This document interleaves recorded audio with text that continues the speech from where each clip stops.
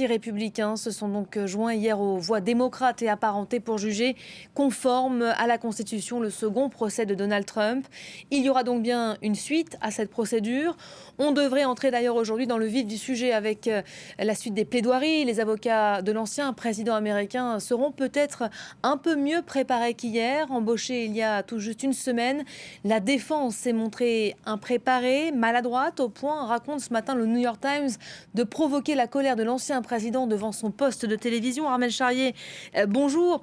Ça, c'était pour la première journée, somme toute assez difficile pour l'ancien locataire de la Maison-Blanche, pas vraiment aidé, je le disais, par ses nouveaux avocats.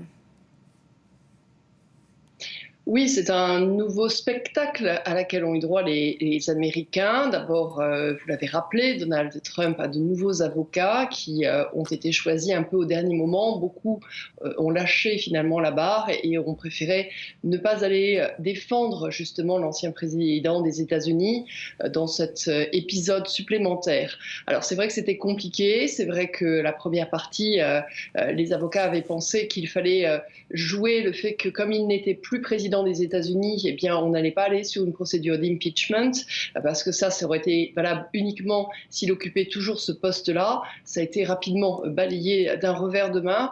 De toute manière, tout le monde l'avait dit ou écrit, y compris les juristes les plus assermentés du parti républicain. Donc il n'y avait guère d'illusions à se faire. Je ne sais pas si c'est ça qui a rendu Donald Trump mécontent.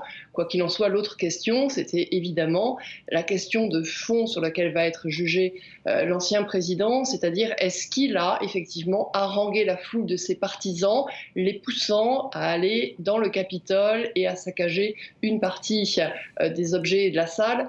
Surtout, en fait, ce qui est intéressant, c'est de voir à quel auditoire parlaient hier les avocats, parce qu'ils parlaient à des élus. Alors, ils parlaient aux sénateurs, mais c'était à ces mêmes élus qui se sont sentis concernés quand il y a eu à la Chambre des représentants et à côté toutes ces saccages qui ont eu lieu.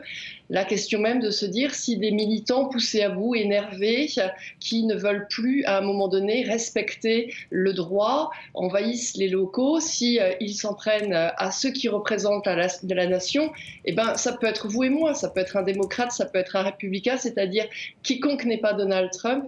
Et c'est vrai qu'on sent que ce climat d'anxiété était fort chez les sénateurs et que ça a donc beaucoup touché en fait la plupart des déclarations qui ont eu lieu hier. Il y a aussi, Armel, toujours cette question qui se pose sur l'intérêt de ce procès.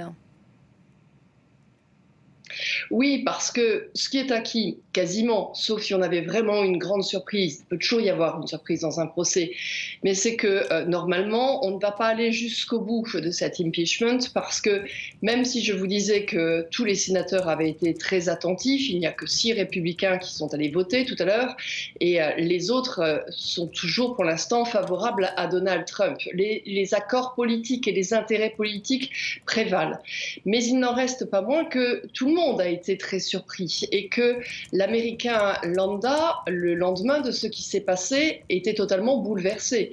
Bouleversé d'avoir vu sa démocratie ainsi mise à l'écart, pointée du doigt par tous les médias étrangers, avec des émeutiers qui étaient rentrés dans le Capitole, c'est-à-dire dans le centre sacré des États-Unis.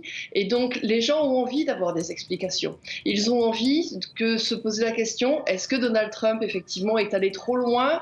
Est-ce qu'il a tweeté et qu'il a intentionnellement dirigé la foule? Est-ce qu'il a vraiment remis en cause Mike Pence quand il l'a traité de lâche? C'était qu'encore son vice-président. Est-ce qu'il a essayé d'acheter des voix, de bouger les choses? Donc toutes ces questions-là, eh bien, les Américains ont envie de les entendre.